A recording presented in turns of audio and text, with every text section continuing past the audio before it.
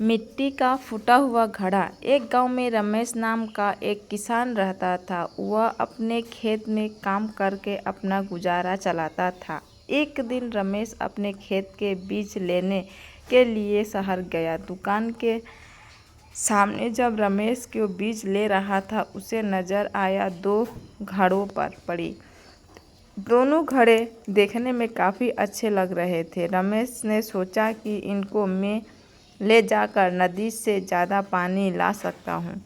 यह सोचकर उसने दोनों घड़े को ले ली। अगले दिन रमेश ने दोनों घड़े को रस्सी के सहायता से एक घड़े को बांध लिया और नदी के ओर चला गया।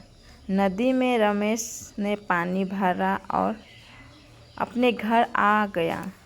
घर आने पर उसने देखा कि एक घड़े में पूरा पानी था, जबकि दूसरे घड़े में पानी आधा ही था। यह देखकर रमेश समझ गया कि एक घड़ा फूटा हुआ है। उसने दोनों घड़े को पानी एक बर्तन में डाल लिया।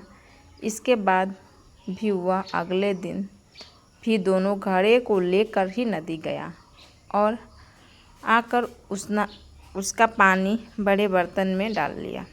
रमेश को जाने के बाद फूटा घड़ा सही घड़े को बोलता है कि मैं किसी काम का नहीं हूँ। मैं रोज़ आधा पानी रास्ते में गिरा देता हूँ, फिर भी रमेश मुझे रोज़ नदी पर ले जाते हैं। सही घड़े ने बोला, तुम किसी काम का नहीं हो, और फूटे घड़े पर हंसने लगा। अगले दिन जब रमेश नदी पर जाने के लिए घड़े लेने लगा तो फूटे घड़े ने रमेश से कहा, मालिक, मैं किसी काम का नहीं हूँ, फिर भी आप मुझे लेकर जाते हो।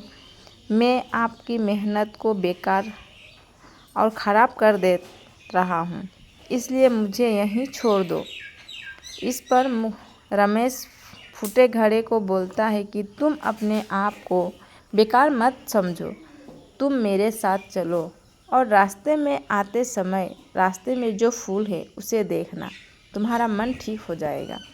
फूटे घड़ा मन मना के रमेश के साथ नदी में जाने के लिए तैयार हो गया।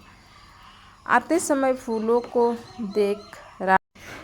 को देखा तो उसको बहुत अच्छा लगा, लेकिन वह फिर घर पहुंचकर उसने आधा पानी को देखा तो वह फिर से दुखी हो गया। रमेश ने फूटे घड़े को बताया कि तुम बेकार नहीं हो, तुम भी बड़े काम की हो।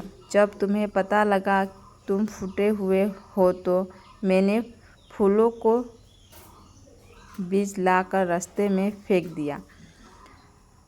तुमने जो रास्ते में आते समय फूलों को देखा, वह सब तुम्हारे पानी से ही उगे हुए हैं। इसके साथ तुम्हारे वजह से मुझे फ़ायदा भी हो रहा है, क्योंकि इन रास्ते में के फूलों को बाज़ार ले जाकर बेचता हूँ, जिससे मुझे अच्छी कमीनी हो जाती है। यह सुनकर फूटे घड़े को महसूस हुआ कि मैं बेकार नहीं हूँ, मेरा भी कुछ लाभ है। सीख इस कहानी से हमें मिलती है कि कोई भी चीज़ बेकार नहीं होता, उसे हमें अच्छा ढूंढ कर निखारना चाहिए। Thank you for watching. Subscribe my channel. कैसा लगा वीडियो कमेंट में